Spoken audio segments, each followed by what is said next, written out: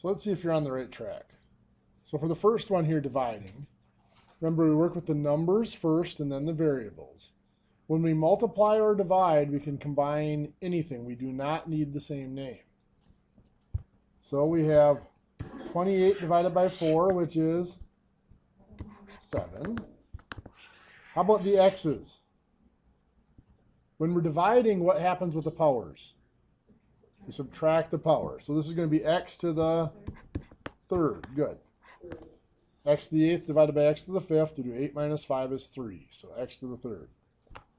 How about y? It cancels out. It's y to the third divided by y to the third is y to the 0, which is just a 1, so we don't need it. Z to the 5th. Perfect. 7 minus 2 is 5, so z to the 5th. Multiplying is the same way, only in reverse. We're still going to multiply the numbers, so we have negative 13 times negative 5 is positive 65. Very good. X to the 8th. Very good. X to the 5th times x to the 3rd. When we're multiplying, the appearance is that we add the powers. 5 plus 3 is 8. What's next? Y to the 8th, because it's just y to the 8th and there's no other y. And z to the 4th, because there's no other z to combine with. Very good.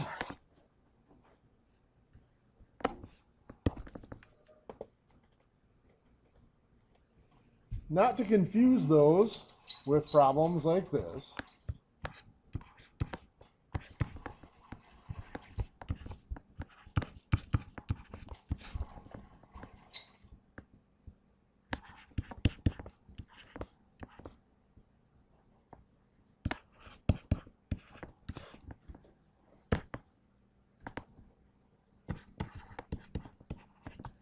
Give that one a shot quick. See how you do.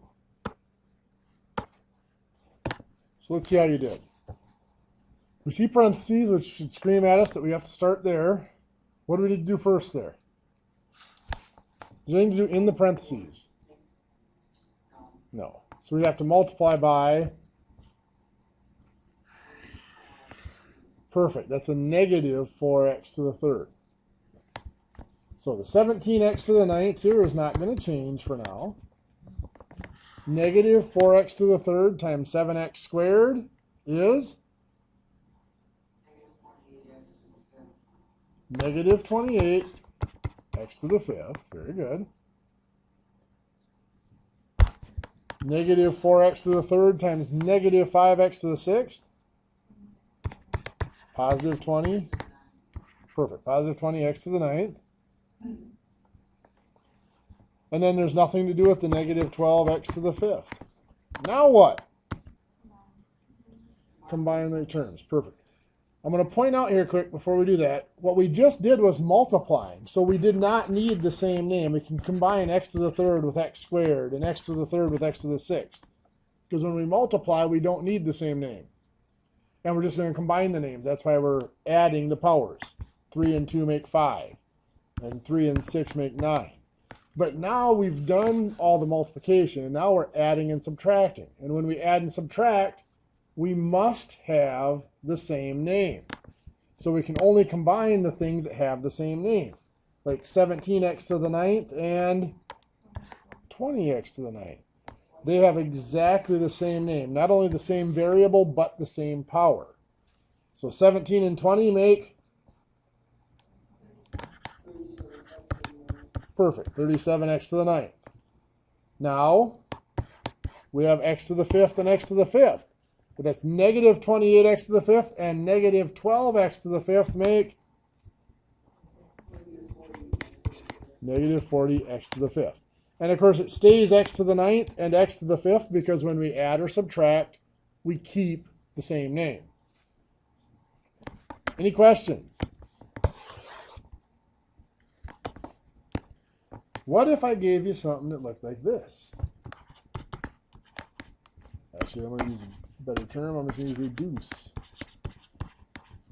So I want you to reduce the fraction.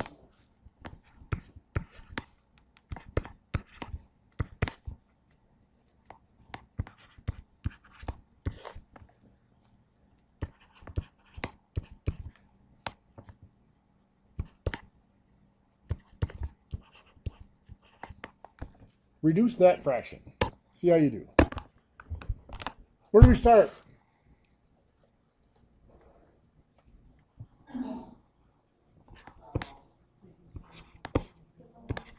Okay, so 42 over 35 can both be divided by 7. You're a 6 over 5. Now, do I want to make that 1 and 1/5? No. Because this is an algebraic fraction, there's variables involved, I never want to turn it into a mixed number. I always keep it even if it's in the improper fraction. So that tells me that the numerical part over here is going to be 6 over 5. What's next? The x. Now, of course, this is considered an x to the power of 1. So where does the x go in my final answer? Top or bottom? Top, because 8 was a bigger power. So what power is it going to have? 7. 8 minus 1 is 7. Where's the y going to go? On bottom. Because this is y to the 1. Y to the 4th is the bigger power, so the bigger power is on bottom. And it'll have a power of 3. 4 minus 1 is 3. Where's the z going to go? Bottom. And it's just z, because 6 minus 5 is 1. So 6x to the 7th over 5y to the 3rd z. I'm going to have to try one more of those.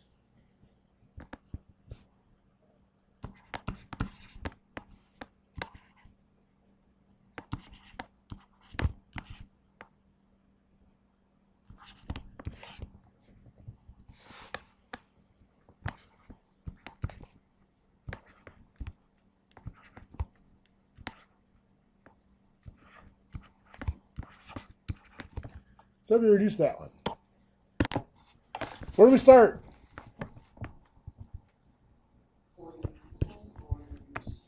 Okay, we're going to reduce the 48 over 64. What can both of those be divided by? 8 is a start. Do the 6 over 8. Are we done? Those both be divided by 2. Good. Giving us 3/4. Then what? So at the 3/4 here, a goes on bottom, power of 1. So it's just a. That was a to the 1, and a squared, 2 minus 1 is 1. B cancels out. Good. B to the 5th and b to the 5th divides out. C on top with 2, because there's no other c's. And d to the 3rd on bottom. Wonderful.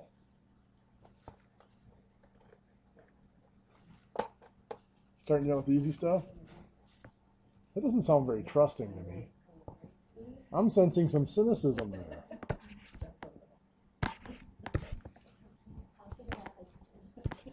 My feelings are hurt just a little bit there. We've had a few weeks of class. We know what's happening. You know what I'm made of, huh? I probably wouldn't trust me much at this point either if I were you guys. How about this one? I want to rename this fraction. 3b over 16a squared. I want to rename it to be 48a to the 3rd b squared. So rename it for me. Tell me what the new numerator is going to be. So we need to figure out what we'd have to multiply the 16a squared by to turn it into 48a to the 3rd b squared. If we're having problems figuring that out, we can just do a division. 48a to the 3rd b squared divided by 16a squared. So 48 divided by 16 is 3. A to the 3rd divided by a squared, a, and then b squared is just b squared. There's nothing to divide it by.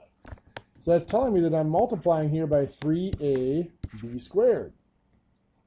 So up here I'm going to multiply by 3a b squared. So 3 times 3 is 9. Nothing to multiply the a, and b to the 3rd. Yeah, b, that's b to the 1 times b squared is b to the 3rd. let's try another one of those.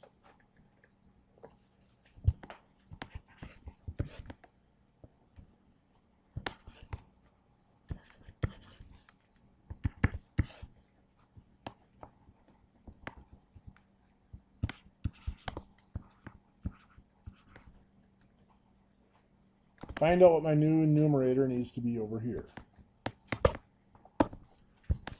So what do we multiply the 3ab by to get 18a squared b? 6a, perfect. Again, if you were struggling to find that, you just 18a squared b divided by 3ab. And you're going to divide. 18 divided by 3 is 6. A squared divided by a is a, and then the b's cancel out. So just 6a. So up here, we're going to multiply by 6a, which is going to give us 38. We all sounded Canadian there for a second. So, sorry, I couldn't resist. So anyway, I realized that we're working a lot with these variables. But the point is, if you can understand how to work with the variables, the process is the same for working with whole numbers.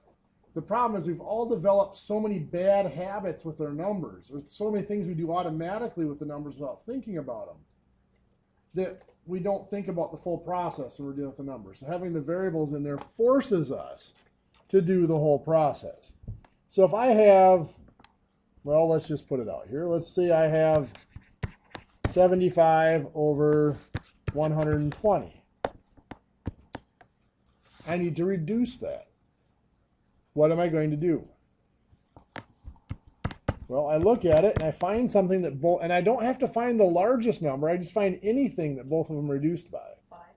5. What's 75 divided by 5? 15. What's 120 divided by 5? 24. Am I done? No, both of those can be divided by 3. 15 divided by 3 is 5. 24 divided by 3 is 8. So we have 5/8.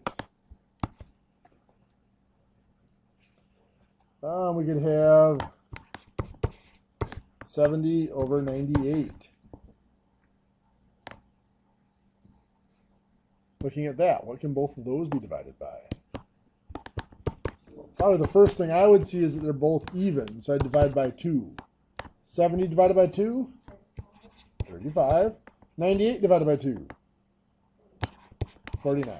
Now at this point, it might be a little bit easier to see that both of those now can be divided by 7. Good. 35 divided by 7 is 5, and 49 divided by 7 is 7. So 5/7.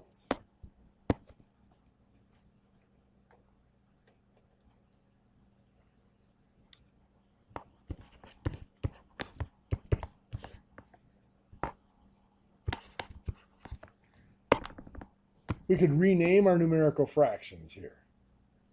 3/5, and I want to change it to a denominator of 65. What am I going to do? Well, I have to figure out what I'm going to multiply the 5 by to get 65. Now, just like with the algebraic ones, if I'm not sure, I can just do 65 divided by 5, which is 13. So 5 times 13 makes 65. I have to do 3 times 13 as well to get 39. So 39/65 is the exact same value as 3/5. It just looks different. Or I might have 7/8, and I'm going to turn it into 70 seconds. Again, I need to ask, what am I going to multiply that 8 by to turn it into 72? 9, perfect. And again, if we didn't see that, we do 72 divided by 8, which is 9. So 8 times 9 is 72. I have to do 7 times 9 to get 63. So 63 over 72, again, is the exact same value as 7/8. So you can see the process is identical to what we're doing with the variables. It's just with the numbers, we're not used to thinking about it because many of us have worked with numbers enough that you can look at it and you can see I got to multiply by 9 or multiply by 13 or whatever. I purposely did more difficult numbers here, by the way, so that you had to stop and think a little bit more about it. If I had put up something like 3/4, changing it into twelfths, you wouldn't even think about it. You know that what are you going to do? Times 3. Yeah, it's going to be 9/12.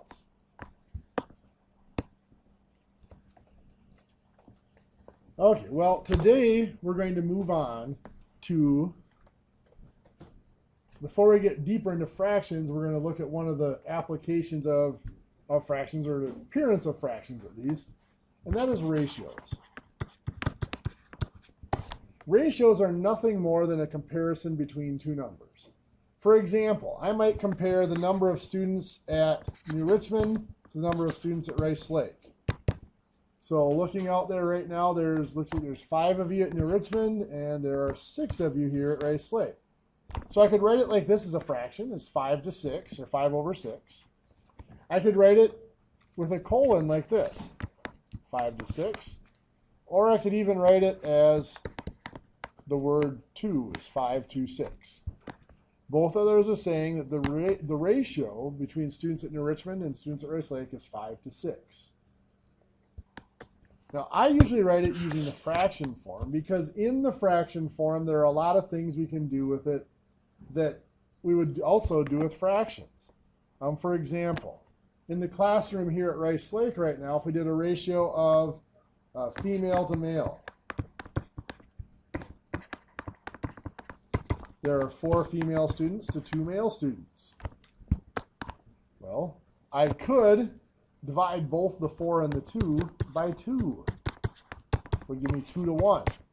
So just like reducing a fraction, I can reduce that ratio.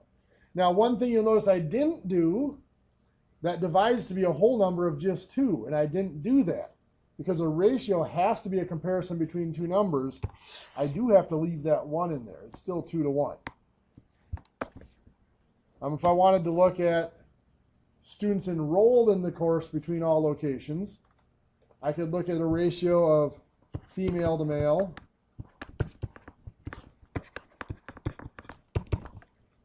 Total students enrolled, there are 12 female to 8 male students in this semester. That can reduce, just like any other fraction. Both of those numbers can be divided by 4, giving me a 3 to 2 ratio. Now again, I'm not going to break that down to 1 1/2. I'm going to leave it as an improper fraction, because a ratio is just a comparison between two numbers. So the whole number portion would not make any sense there. I could look at a ratio for my tables. Looking at the tables in my classroom here, they look like they're about 18 inches wide and 72 inches long. So I could do a width to length ratio, which is going to be 18 inches over 72 inches. So inches divide out, just like having x over x, it divides out. Both of those can be reduced by 18, giving me a 1 to 4. You'll notice, by the way, that there's no units here in that ratio. It's a 1 to 4 ratio, because the units don't matter. That could be saying that for every 1 inch of length, or every 1 inch of width, I should say, there's 4 inches of length. Or it could be 1 centimeter of width for 4 centimeters of length. Or it could be 1 foot of width for 4 feet of length. Doesn't matter what the units are. It's just saying that for every 1 unit of width, there are 4 units of length. You'll also notice with all the ratios I've put up here, they're comparing things with the same label. Even though up here this is New Richmond to Rice Lake, it is still students and students. Even here, female to male, it is still students and students. Same with the third one. This one down here is inches and inches.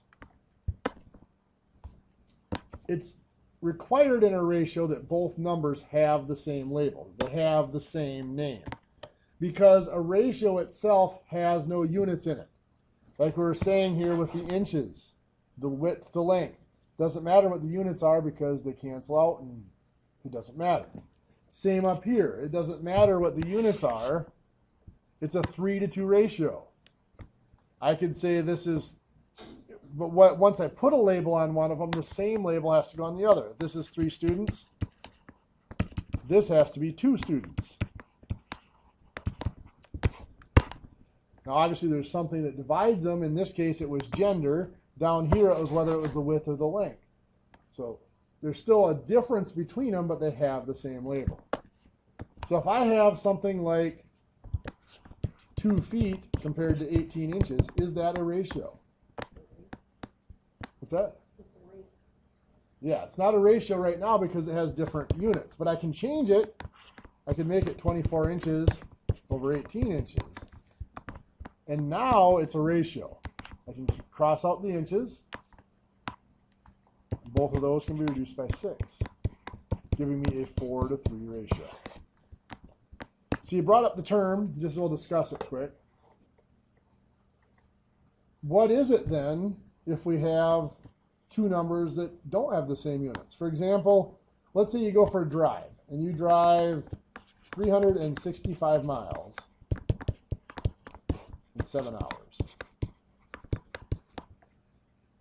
That cannot be a ratio. There is no way to change miles into hours or hours into miles. So this is what we call a rate. So that is the first big difference between rates and ratios.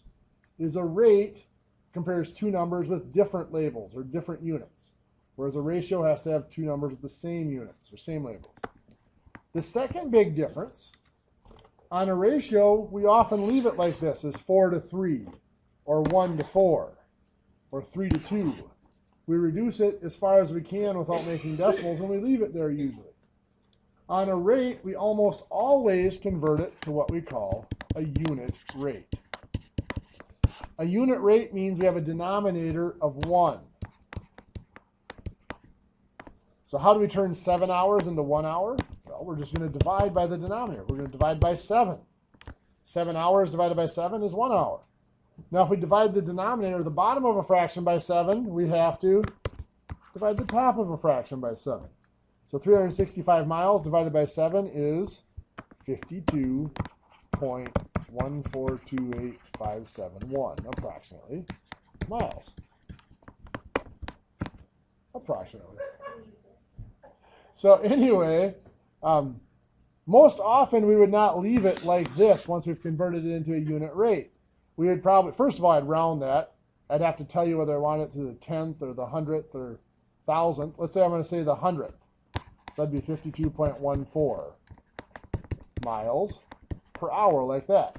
So you can see we've taken it out of fraction form, and the fraction is now hidden in the units. In fact, we often even go further, and we might write it as 52.14 mph. So the appearance of the fraction is gone altogether. But we have to remember that the fraction is there, because we need it in this form to calculate with it. For example, what if I tell you that on that trip we got 28 mpg? What's mpg stand for? Miles per gallon. So when I see 28 mpg, I need to be thinking this: 28 miles per 1 gallon.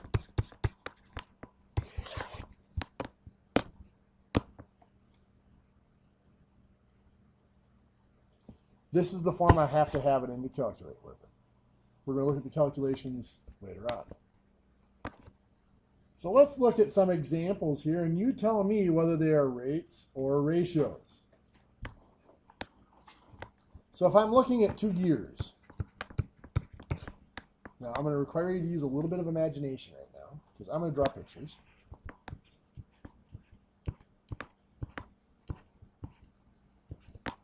Pretend that looks like a gear.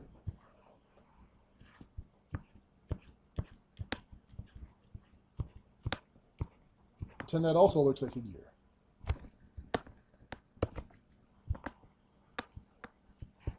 This gear has a little motor hook to it.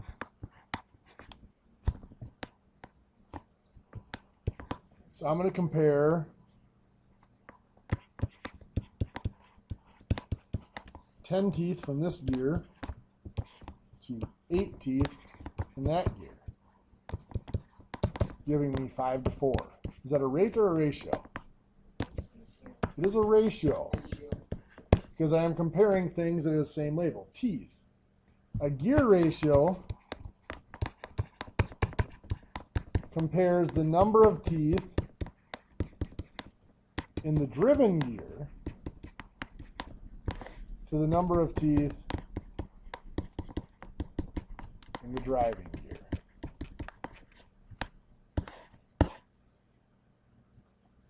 Looking at this, if I separate the two gears, which one's going to stop turning? The 10-tooth one, yes.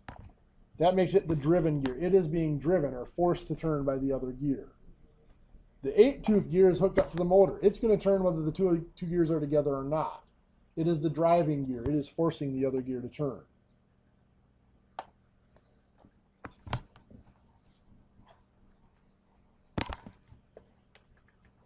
Let's see here.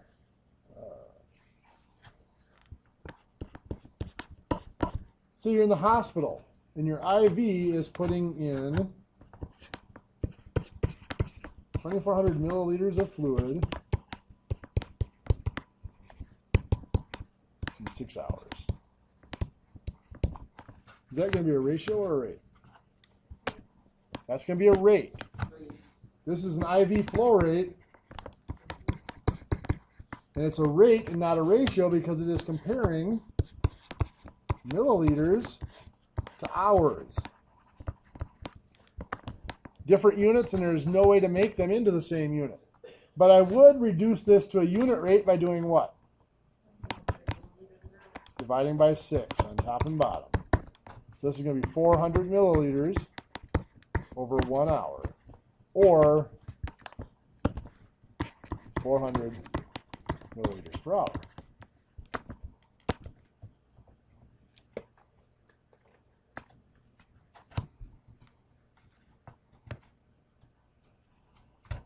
Let's say that for a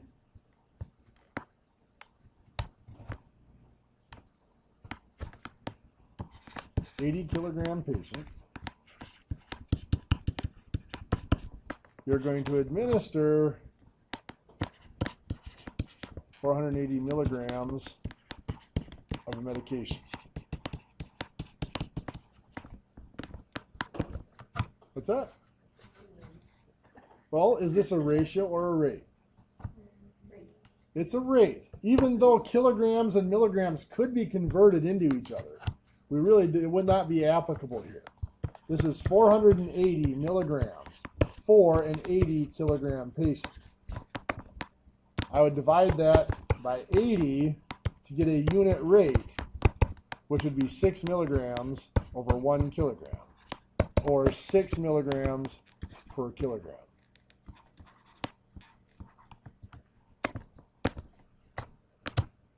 Any questions? Now again, the situation would probably ask for, the problem would hopefully ask for milligrams per kilogram, or in my math lab, you'd see in the answer next to it, it would be labeled milligrams per kilogram. So that would tell you the milligrams had to go on top and the kilograms on bottom. For example, let me show you this.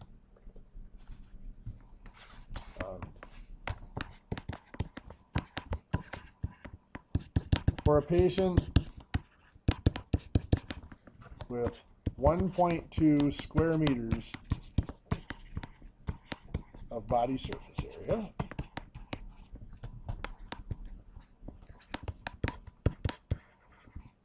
you administer 3.0 milligrams of medication. Obviously, this is going to be a rate. We got square meters and milligrams. No way to make those the same. How do we know which one goes on top or bottom? Well, unless you're in the medical field, you probably don't. But if I request my answer with that next to it, what's that telling us? That's milligrams per meter squared. So it's 3.0 milligrams over 1.2 meters squared. I'm going to divide by 1.2. going to give us 1 meter squared. 3.0 divided by 1.2 is 2.5 milligrams. So that is 2.5 milligrams per meter squared.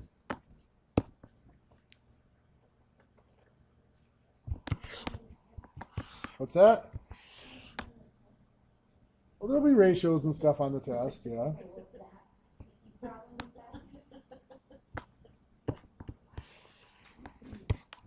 Let's say I have a roof truss with 24-foot span. And it has a height, a rise of 5 feet. I'm going to divide it in half, call this my run and this my rise, and say that I have rise over run, or a slope of 5 feet over 12 feet. Where did I get the 12 from? Half the 24. Yeah, pretend that's in the middle. Is that a ratio or a rate? That is a ratio. This is a slope ratio. And I could reduce that down to just 5 over 12. So that'd be a 5/12 sloped roof.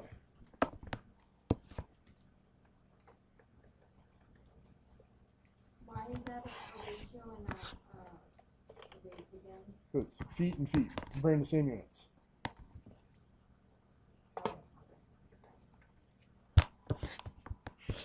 Here's where you're really going to have to stretch your imagination as I draw even more pictures.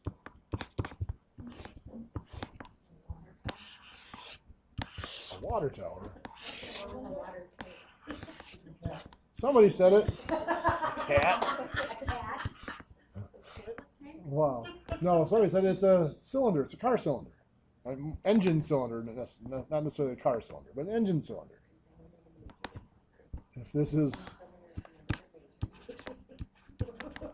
48 cubic centimeters and this is 288 cubic centimeters, I'm going to do 288, that's with 3 out of 2, centimeters cubed over 48 centimeters cubed. So this is a ratio, very good, they have the same units. I can actually divide that out. Both of those can be divided by 48 to give me a 6:1 ratio. That's what we call a compression ratio.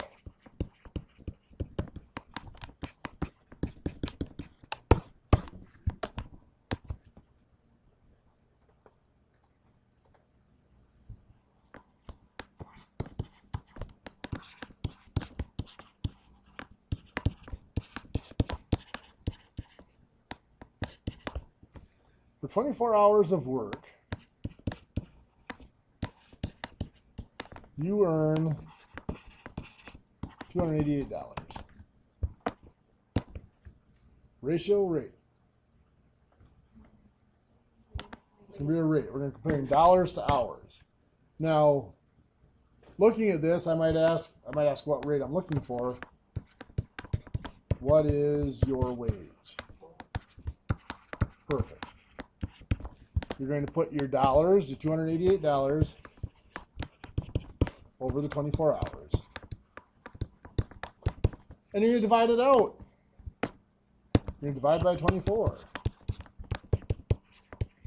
$288 divided by $288 divided by 24 is $12.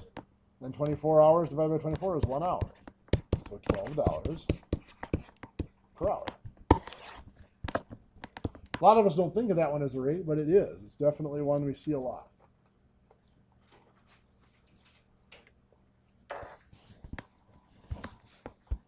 The instructions on a bottle tell us to mix 4 milliliters of medication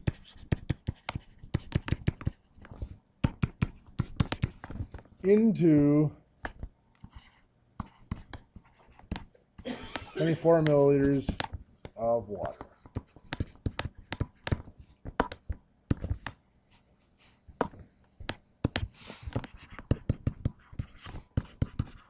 Find the concentration.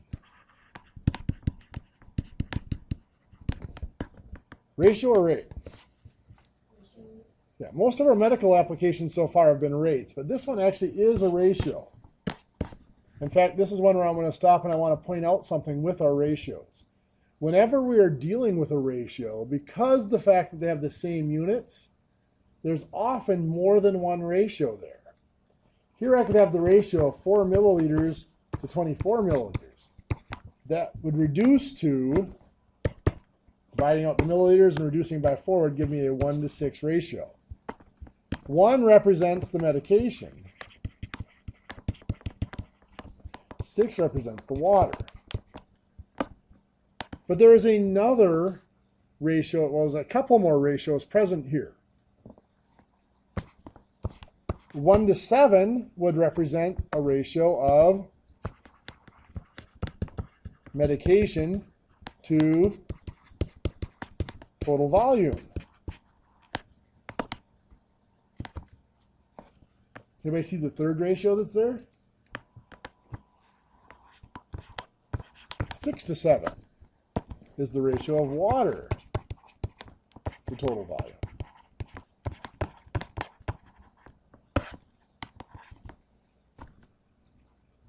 Oftentimes when we're dealing with ratios, it's not the ratio that's given that we need, it's one of these other ratios that's hidden in it that we want. For example, we might have, on a day where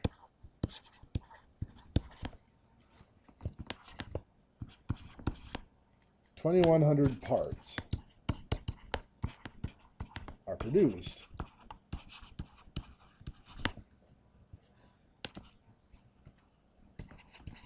(300) parts are found to be defective.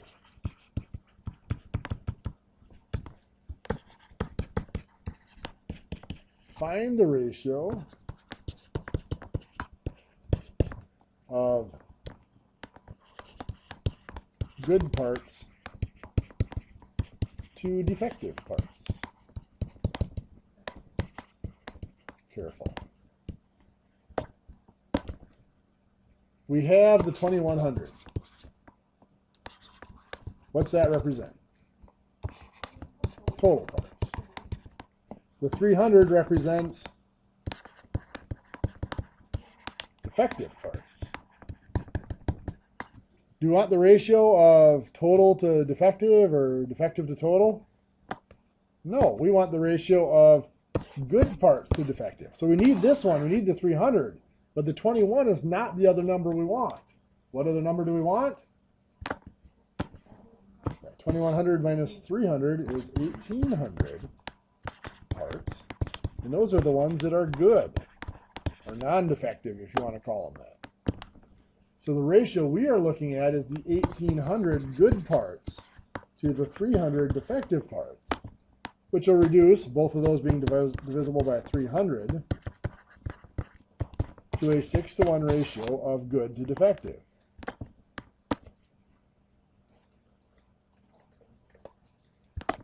What's that? Was they had one like that? Didn't find the other missing piece? Yeah.